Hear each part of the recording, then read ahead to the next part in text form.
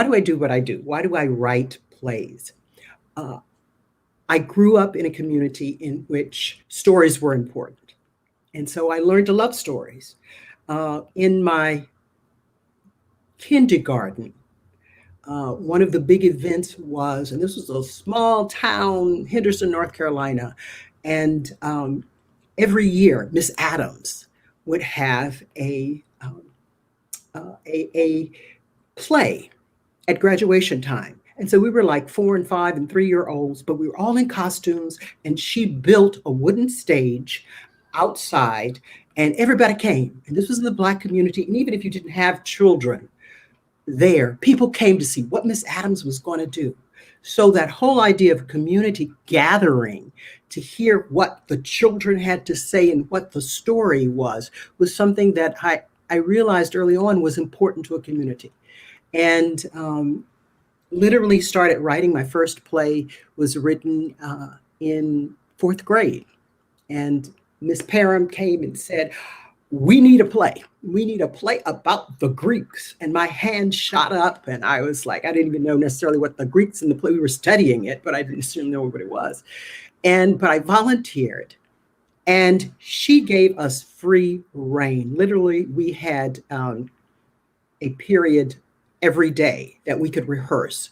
And I was in charge. I was writing the play. I had a chance to direct a play. This was the time when you had a coat rack in the back, so you could go back and you could have entrances. We dragged everything from sheets to pots from our families' homes, and we told this story.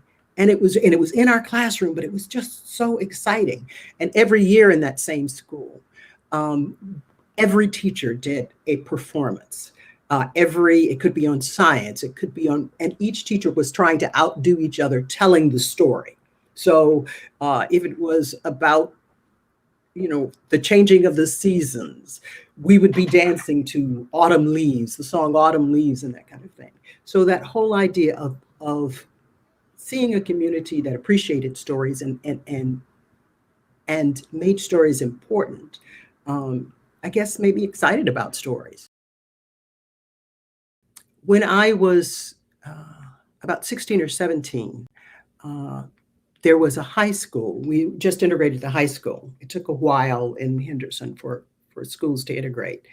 And I was part of that integration. And um, when the first play in my freshman year that they wanted to do was Sunday cost 5 pesos. And it turned out that all of the Black students were in this Spanish play, and all of the white students were in another play. So it was, in a sense, de facto, kind of segregation. And because this was a time when one of the most popular songs was "I'm Black and I'm Proud," we said, why can't we write a play or do a play about us? And Miss East, who was a wonderful teacher, drama teacher, said, I don't know any. And it wasn't that there weren't Black plays, African American plays that had been written, I mean, over decades and centuries. It was just she, as a white teacher in the South, was not able to access them. She did this, you couldn't go online and look for them. And her ability to find them wasn't there. So actually, all of the Black students, some of them from that fourth grade class, turned to me and said, you write it. And it really became an adventure of creating this story. And it went into the summer, and we actually got one of the schools, we talked to principal into giving us the auditorium. We were rehearsing in backyards.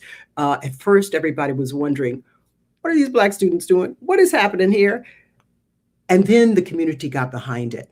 And we did this play with about 20 students called Who Am I? And it was a full production on stage with lights and sound and music. And it was, again, the community came. And so I think that's when, in my heart, I felt, this is what I really want to do. I want to tell stories, and a community comes.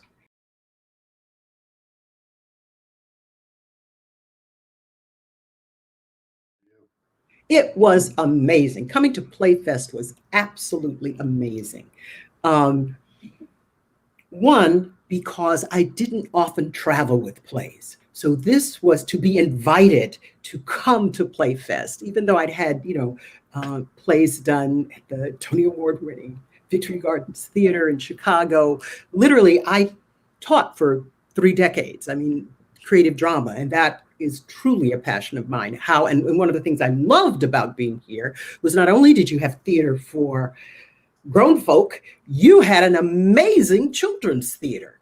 So coming down and um, uh, meeting other playwrights, who were from all over the country, broadened my world. Being able to see other plays in development broadened my world.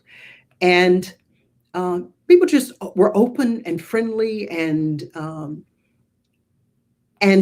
the audience was a really savvy audience. The whole idea of an audience who understands new plays are fragile, new plays are exciting, new plays need a certain amount of nurturing, and the audiences. You've trained a fantastic group of play audiences. New play audiences. So it was great. It was absolutely fantastic. And when I came, Harriet Lake was here, and she was just an absolutely amazing light with her.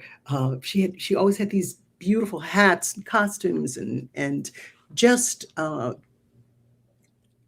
was such a cheerleader.